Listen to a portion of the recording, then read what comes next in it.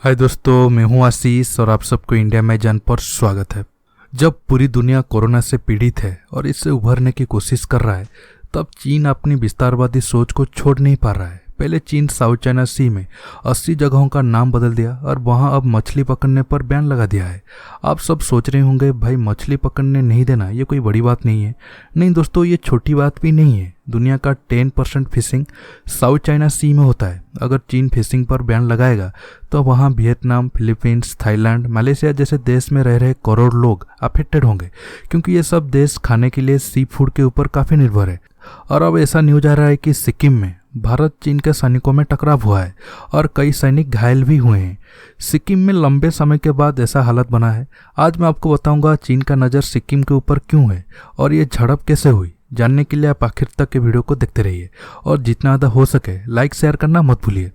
पहले आप मैप में देखते हैं वो एरिया कहाँ है जहाँ भारत और चीनी सेना के बीच झड़प हुई थी। ये रहा भारत की मैप। अब आते हैं सिक्किम के ऊपर। थोड़ा वेट कीजिए, मैं जूम कर रहा हूँ।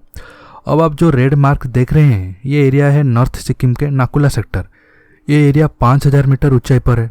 अब न्यूज पे आ रहा है नाकुला सेक्टर में चीन और भारतीय सैनिकों के बीच झड़प हुई है, जिससे 4 भारतीय सैनिक और 7 चीनी सैनिक घायल हुए हैं। इस झड़प में दोनों देशों के लगभग 150 सैनिक शामिल हुए थे। अब आपके मन में ये सवाल होगा, चीन अब ऐसा क्यों कर रहा है? देखिए, चीन आधुनिक दुनिया का लैंड माफिया है। 1914 में भारत में स्थित ब्रिटिश हुकूमत और तिब्बत ने शिमला समझौते के तहत अंतर्राष्ट्रीय सीमा के रूप में मैकमोहन रेखा का निर्धारण किया था। तब इस सीमा रेखा का निर्धारण हिमालय के सर्वोच्च शिखर तक किया गया था, लेकिन चीन ने कभी भी मैकमोहन रेखा को अंतर्राष्ट्रीय सीमा माना नहीं। दोनों देशों के बीच 3500 किलोमीटर लंबी सीमा रेखा है। माओ सेतुंग ने एक बार कहा था, तिब्बत चीन का राइट हैंड पाम है और लद्दाख, नेपाल, सिक्किम, भूटान और नेपा मतलब अरुणाचल प्रदेश उसके 5 फिंगर्स है। इसलिए ये सब इलाका चीन का है। चीन 60 साल से ये सब एरिया को अपने साथ शामिल करने की कोशिश कर रहा है। आज सिक्किम में जो झड़प हुए हैं ये भी चीन का उस प्लान का हिस्सा है। कैसे आपको समझाता हूँ। आज अगर प्रेजेंट टाइम के हिसाब से देखें, 1962 में लद्दाख का 80% इलाका चीन के कब्जे में है, जिसे हम अक्साई चीन के नाम से जानते हैं। फिर भी अब लद्दाख के प्यांगंग झील को लेकर विवाद है। प्यांगंग झील LAC के दोनों तरफ चीन कब्जे वाली तिब्बत और भारतीय लद्दाख क्षेत्र में करीब 134 किलोमीटर लंबाई में फैली हुई है। इस झील का करीब 2/3 हिस्सा चीन के कब्जे में है, जबकि लद्दाख की तरफ का उत्तरी हिस्सा भारत के पास है। लेकिन चीन उत्तरी हिस्से को भी अपना बताते हुए यहाँ भारतीय सेना की मौजूदगी पर ऐतराज जताता रहता है। इसके चलते दोनों सेनाओं में कई बार यहाँ भिड़ंत भी हो चुकी है। अगस्त 2017 में ही लद्दाख एरिया में भारत और चीनी सेना के बीच काफ़ी पथराव हुआ था। दूसरे फिंगर नेपाल की बात करें तो आज नेपाल में चीन का इन्फ्लुएंस इतना ज़्यादा हो गया है कि आज नेपाल के कुछ लोग हिंदू होने के बावजूद भारत विरोधी सोच रखते हैं। हालांकि काफ़ी नेपाल के लोग भारत के साथ अच्छा संबंध रखना चाहते हैं। तीसरा फिंगर सिक्किम की बात करें तो चीन की बुरी नज़र सिक्किम के ऊपर पहले से थी, क्योंकि चीन सिक्किम को हासिल करके भारत के सिलगुड़ी कॉरिडोर के पास आना चाहता था, ताकि जंग के वक्त चिकन नेक यानी कि सिलगुड़ी कॉरिडोर पर कब्जा करके भूटान, अरुणाचल प्रदेश समेत पूरे नॉर्थ ईस्ट पर अपना कब्जा कर सके। 1967 में चीन सिक्किम के 2 इंपॉर्टेंट एरिया नाथुला और चोला को अपने कब्जे में लेना चाहता था, लेकिन तब भारत की वीर जवानों की जवाबी कार्रवाई से 400 से ज़्यादा चीनी सैनिकों की मौत हुई थी।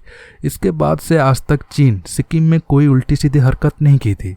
अब चौथा फिंगर भूटान की बात करते हैं। देखिए, भूटान और भारत की दोस्ती हमेशा चीन को खटकता है। चीन काफ़ी कोशिश किया है भूटान को भारत विरोधी कैसे करे, लेकिन चीन ऐसा नहीं कर पाया। 2017 में डोकलाम का घटना तो आप सबको याद होगा। चीन कैसे भूटान का एरिया को अपना एरिया बताकर रोड बना रहा था। इसके बाद हमारा सेना वहाँ गई। 73 डेज तक दोनों सेना आमने सामने खड़ी रही। फिर लास्ट में चीन अपनी सेना को पीछे हटाया। ये सब चीन सिलगुड़ी कॉरिडोर के लिए ही कर रहा था। आखिर में बचा अरुणाचल प्रदेश। मैं आपको बहुत बार बता चुका हूँ कैसे चीन की गंदी नज़र अरुणाचल प्रदेश के ऊपर है। इसलिए अब ज़्यादा टाइम वेस्ट ना करते हुए आपको बताता हूँ अब सिक्किम में भारत और चीनी सेना के बीच झड़प होने के पीछे वजह क्या है।